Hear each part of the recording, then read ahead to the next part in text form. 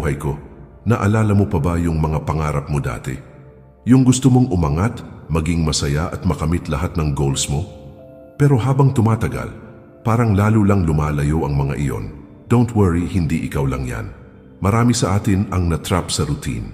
Sanay na sa, okay na, kahit alam nating kaya pa nating maging mas mabuti. Pero, paano kung simulan mo na ngayon, kahit paunti-unti?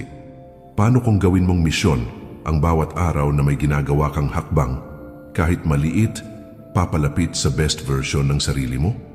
Sa video na ito, pag-uusapan natin ang 14 na aral mula sa Stoic philosophy. Mga simpleng prinsipyo na kapag isinabuhay mo araw-araw, kayang baguhin ang takbo ng buhay mo. Hindi mo kailangang maghintay ng tamang panahon. Hindi mo rin kailangang maging 100% handa. Ang kailangan mo lang ay simulan. Matututuhan mo rito